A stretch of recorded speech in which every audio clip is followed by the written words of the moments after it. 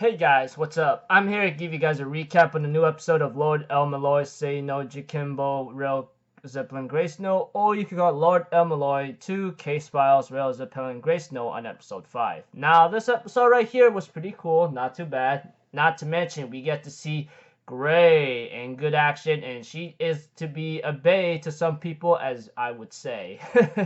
Okay, enough of the stupid rhymes. So, let's just get this started. We add to it that things are still getting more tense now, knowing that Walecha just got killed, and Adasahino still thinks that Wills is still behind it, knowing that he killed, thinking that Wills killed Walecha, but that's still not the case. However, as the proof is still not really there. Eventually, with the help of Shishigo and Gray looking into things, and they got attacked by an undead dog whatsoever, we see to it that that this dog would be afraid of Gray's mystic code, which I'm pretty sure a lot of FGO players should know what that mystic code is. I'll get into that once we get to that scene where Shishigo and Lord El-Melloi and Gray and everyone else is in the meeting together. They realize that the mystic code that Gray is holding is actually in disguise of Rongo Miniado, or Rongominiad, however you want to pronounce it, which means that spear is actually belongs to King Arthur, who apparently also is also the king of the fairies whatsoever, and we all know what the King Arthur legend is. Eventually, as the episode continues on, they realize that what's behind this is actually the fairies killing people or something else involved with the workshop. Later, we see to it that Lord El-Melloi decides to perform a ritual to summon an artificial fairy, which apparently we get a confession from that fairy that she killed Trevor for deceiving her and causing major chaos whatsoever.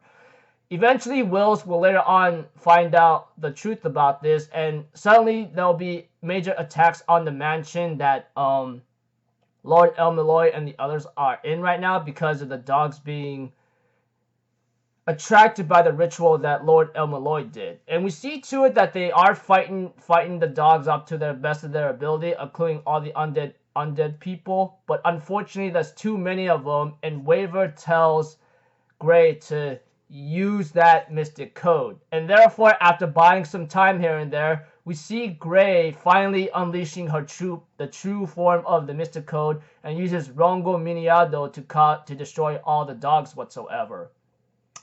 Unfortunately, the gate to the fairy world is still open, and that Wills himself realizes that there's only one way to close it.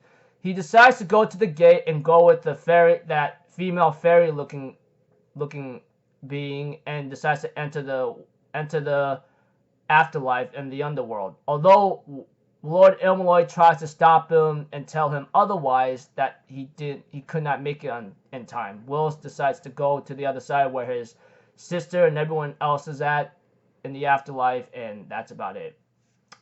We see to it that we get an aftermath where Adasahino decides to give Waver some kind of notes or some kind of evidence or